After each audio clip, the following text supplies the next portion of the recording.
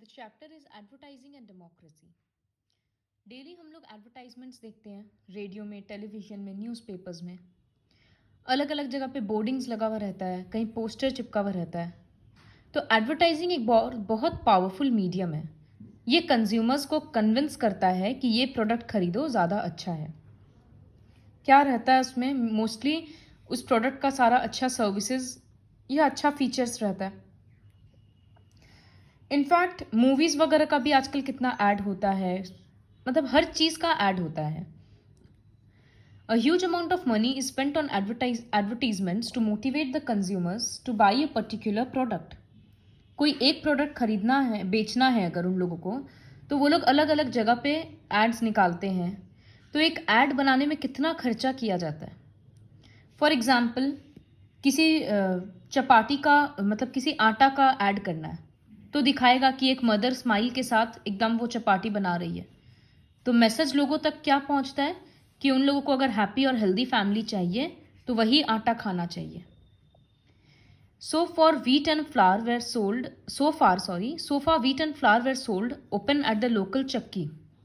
मतलब आसपास के किराने का दुकान में, ग्रोसरी शॉप में व्हीट ग्रेन्स को ग्राइंड किया जाता था वहीं पर मशीन से और बेचा जाता था। लेकिन अब क्या हो गया है, अलग अलग ब्रांड्स आ गया, अलग अलग ऐड निकालता है सेलिब्रिटीज़ को यूज़ करके। तो जो ऐड हम लोगों को अच्छा लगता है तो हम लोग उस ऐसा लगता है कि नहीं, वो आटा हम लोग को भी खाना चाहिए क्योंकि उसमें कितना फैमिली कितना हैप्पी है, और इस तरह से। तो लोकल मार्केट से तो लोग खरीदना छोड़ दिए और इस तरह से बड़े बड़े कंपनीज का पैकेट्स लोग खरीदने लग गए। तो एडवर्टीजमेंट्स का मेन ऑब्जेक्टिव ही यही होता है कि कंज्यूमर को कन्विंस करना है वो ब्रांड या वो प्रोडक्ट यूज करने के लिए। Such advertisements create an associated picture of success and happiness in consumers' mind, and hence they become loyal to a particular brand. ज़्यादा जैसे क्या होता है, किसी ब्रांड का एड सचिन तेंदुलकर कर रहा है, तो हम लोगों को लगता है सचिन तेंदुलकर सक्सेसफुल है और वो ऐड कर रहा है, इसका मतलब वो ज़रूर ब्रांड अच्छा होगा, तो हम लोग उसको यूज़ करना शुरू कर देते हैं। तो वो जो इंसान को हम लोग देखते हैं उसका सक्सेस से हम लोग अपने आप को रिलेट करने लगते हैं, and then we start using that brand. ये है एडवर्टाइजमेंट का पावर। जितना ज़्यादा ब्रांड्स रहेगा कंज्यूमर के माइंड में, उतना ज़्यादा कन्फ्यूजन क्रिएट हो जाएगा। So availability of many brands creates confusion in the minds of consumer. बहुत ज़्यादा कंपटीशन हो गया अब तो बड़े बड़े ब्रांड्स में। कौन कितना ज़्यादा अच्छा ऐड निकाल सकता है, कौन कितने अच्छे सेलिब्रिटी को हायर कर सकता है, ये सारा चीज़। Advertising through stars also creates brand loyalty. इसका मतलब क्या है? अगर suppose I like Shahrukh Khan, तो शाहरुख खान जो भी ब्रांड का ऐड कर रहा है, हम धीरे धीरे वही सब ब्रांड्स यूज़ करना शुरू कर देंगे, वो ऑटोमेटिक है। तो इसी को बोलते हैं, स्टार्स को यूज़ करने से ब्रांड लॉयल्टी क्रिएट हो जाता है कि जो ब्रांड स्टार यूज़ कर रहा है, यूथ पर्टिकुलरली यंग जनरेशन उसी को यूज़ करना स्टार्ट कर देते हैं। सोशल और पब्लिक सर्विस एडवर्टाइजिंग। कभी कभी एडवर्टाइजमेंट किया जाता है सोसाइटी में कुछ अच्छा मैसेज पहुंचाने के लिए, तो उसको बोला जाता है सोशल या पब्लिक सर्विस एडवर्टाइजिंग। जैसे सोसाइटी में कोई पॉजिटिव चेंजेस लाना हो तो, या किसी कैंपेन के बारे में ऐड करना है, जैसे पोलियो ड्रॉप्स का। तो advertising has played an important role in making us aware of a responsibility towards the society. News channels वगैरह में भी काफ़ी सारा ऐड होता है, जैसे गर्ल चाइल्ड को पढ़ाने का 1-1 मिनट का क्लिप्स रहता है, वो शॉर्ट स्टोरी के जैसा। वो मोटिवेट करता है कि डॉटर्स को स्कूल भेजो क्योंकि वो बर्डन नहीं है, आगे चलकर वो लोग भी अर्न करेंगे। सन और डॉटर को पढ़ाना पेरेंट्स का इक्वल रिस्पॉन्सिबिलिटी होता है। तो ये सारा, फिर वॉशरूम बनवाओ हर जगह क्लीन, सैनिटेशन के लिए, एनर्जी कंजर्व करना चाहिए। ये सारे टॉपिक्स पे जब एडवर्टाइजमेंट बनता है तो उसको सोशल और पब्लिक सर्विस एडवर्टाइजिंग बोलते हैं। सोशल एडवर्टाइजिंग से बहुत सारा बेनिफिट हुआ है क्योंकि लोगों में अवेयरनेस आया है बहुत सारे प्रोग्राम्स को लेकर। जैसे बेबी के लिए मदर्स मिल्क इम्पॉर्टेंट है, या बेबी को घर का होम कुक फूड देना चाहिए जिसमें हर तरह का ग्रेन्स और पल्सेस हो, हाइजीन मेंटेन करो, ट्रैफिक रूल्स रिस्पेक्ट करो। इन सब का तो पोस्टर्स भी होता है, कैप्शंस लिखा हुआ रहता है अलग अलग जगह। तो सोशल एडवर्टाइजिंग का बहुत बेनिफिट होता है। Indian government has successfully protected the public interest by banning the advertising of tobacco and alcohol on radio, television and newspapers. Tobacco और अल्कोहल ये इंजरियस टू हेल्थ है, तो इन सब का एडवर्टाइजमेंट्स हम लोगों को न्यूज़पेपर वगैरह में या टीवी में कहीं भी देखने को नहीं मिलता है। Advertising is also used by many other organizations that are not selling a product or service but want to inform the public about their objectives, achievements and projects. कभी कभी एड इसलिए भी बनाया जाता है, जैसे कोई पॉलिटिकल पार्टी अपना एड इसलिए बना रहा है कि उसको दिखाना है लोगों को कि हम लोग क्या क्या काम कर चुके हैं। वो कोई प्रोडक्ट या वो कोई सर्विस नहीं बेच रहा है, लेकिन फिर भी वो अपना एड बना के लोगों तक पहुंचाना चाह रहा है मैसेज कि हम लोग ये काम किए हैं। इसी तरह से कोई रिलीजियस ग्रुप या कोई भी अपना इस तरह से ऐड बनाता है अपना पब्लिसिटी करवाने के लिए। एडवर्टाइजिंग का एक बेनिफिट ये होता है कि आज का जो कम्युनिकेशन मीडिया है, जो भी मास मीडिया का फॉर्म्स है, तो बहुत ज़्यादा ऑडियंस तक एक बार में पहुंचा जा सकता है एडवर्टाइजिंग के थ्रू। और यहाँ लिखा है कि advertising techniques can be used to create awareness among the people and motivate them to take necessary precautions. जैसे इलिटरेसी को ख़त्म करना, वाटर कंजर्वेशन, एनर्जी कंजर्वेशन, इस तरह के अच्छे अच्छे चीज़ों के बारे में भी एड्स बनता है। So what are the effects of advertising? ये जो एडवर्टाइजिंग हुआ, इसका इफ़ेक्ट क्या हुआ?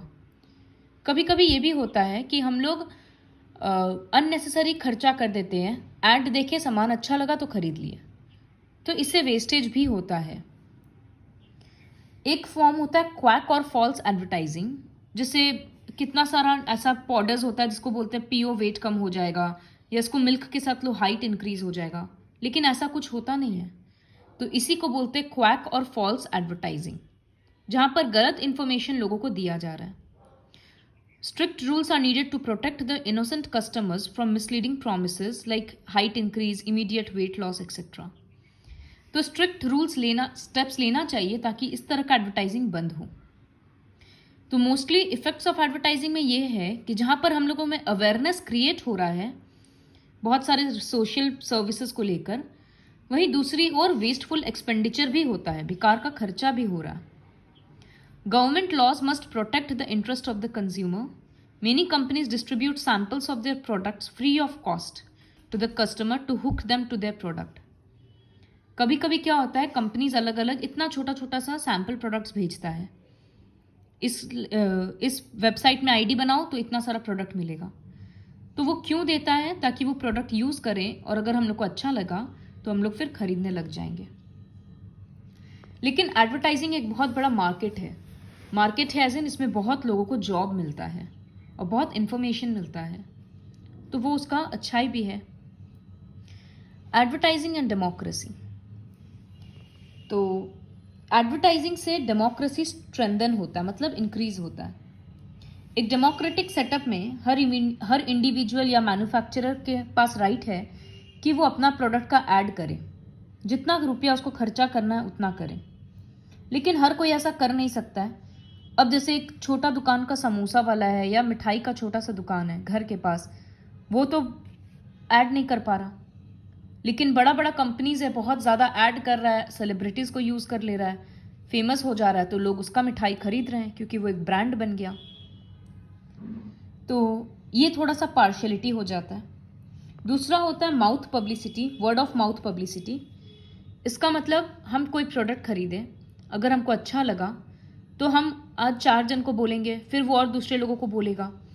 तो बिना कोई खर्चा किए, क्योंकि वो प्रोडक्ट इतना अच्छा है, तो उसका वर्ड ऑफ माउथ के कारण ही पब्लिसिटी होते जा रहा है। तो जो स्मॉल बिजनेसेस होते हैं, जनरली प्रोडक्ट वही सब ज़्यादा अच्छा होता है जो लोकल बन रहा है, लेकिन उन लोगों का पैकेजिंग थोड़ा वीक होता है, इतना मार्केट में वैल्यू नहीं होता है, तो हम लोगों को लगता है कि नहीं वो प्रोडक्ट अच्छा नहीं है।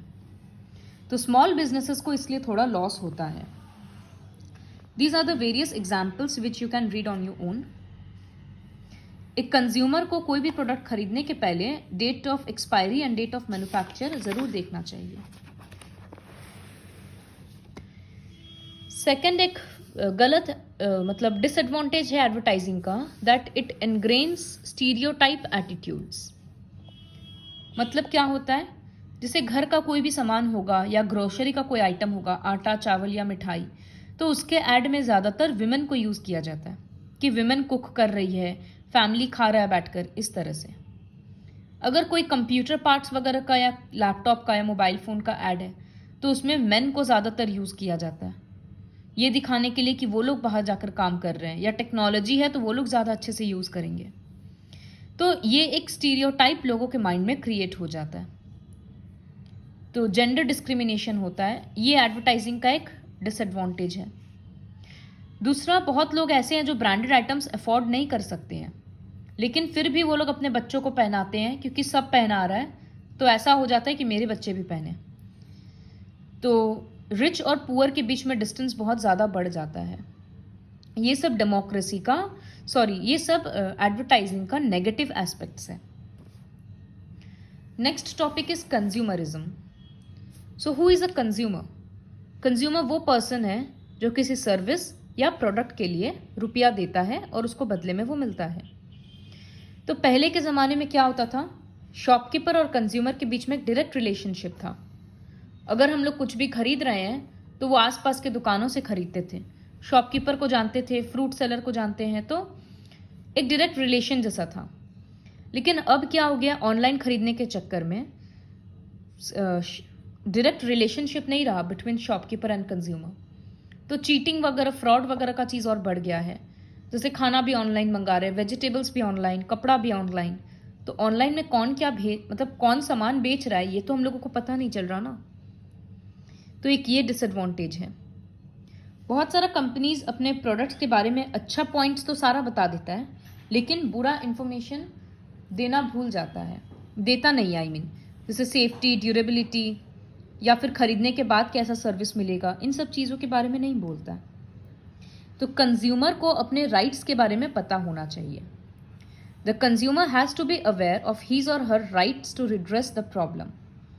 कोई भी प्रॉब्लम अगर होता है प्रोडक्ट के साथ, सपोज कोई फ़ोन खरीदे, वो ब्लास्ट हो गया, तो वो कंज्यूमर को राइट है वो बोलने का कि मतलब कंप्लेन करने का, तो right to redress the problem when required. The consumer awareness in, जैसे कंज्यूमर कोर्ट्स होता है जहाँ पर जाकर कंप्लेन कर सकते हैं, ये सारा चीज़ तभी तो किया जाएगा ना जब हम लोगों को पता होगा। तो बड़े बड़े कंपनीज को मतलब केस कर सकते हैं उनके ऊपर कि फ़ोन कैसे ब्लास्ट हो गया चार्जिंग करते वक्त, मतलब ज़रूर फ़ोन में कोई प्रॉब्लम था, इस तरह का बहुत सारा केसेस होता है। तो ये कंज्यूमर अवेयरनेस लाना बहुत ज़रूरी है। What is consumerism? Consumerism is all about protection of the interests of the consumers. ये एक सोशल मूवमेंट है जहाँ पर लोग अपने हक के लिए लड़ते हैं, कंज्यूमर्स बेसिकली। बहुत सारा ऐसा गवर्नमेंट बॉडीज है, जैसे BIS, bureau of Indian standards, पहले ISI के नाम से जाना जाता था। फिर जैसे ये सब होता है ऑर्गेनाइजेशंस जो सारा प्रोडक्ट्स चेक करता है मार्केट तक आज हम कोई फैक्ट्री है मेरा और हम कोई गुड्स प्रोड्यूस किए हैं, तो वो BIS उसको चेक करेगा कि ये स्टैंडर्ड प्रोडक्ट है या नहीं, मतलब कुछ डेंजरस चीज़ तो नहीं है ना इसमें, क्वालिटी ठीक है या नहीं, उसके बाद वो मार्केट में सेल हो सकता है। तो उसी तरह से सारा खाने का item, food items are standardised by Agmark, agricultural produce, Agmark का साइन लगता है उसमें। What are the main features of consumerism? This you can read on your own. Consumer को अपना राइट्स के बारे में पता होना चाहिए। अब he has the right against raise voice against exploitation. कोई भी प्रॉब्लम हो तो वो कंप्लेन कर सकता है, वो उसका हक है। Voluntary consumer organizations should encourage or guide or assist in safeguarding his or her interests. ऐसा ऑर्गेनाइजेशंस और बनाना चाहिए जो कंज्यूमर्स को उनके राइट के बारे में बोले और समझाए। गवर्नमेंट का लॉज स्ट्रिक्ट होना चाहिए कंज्यूमर्स के राइट को प्रोटेक्ट करने के लिए।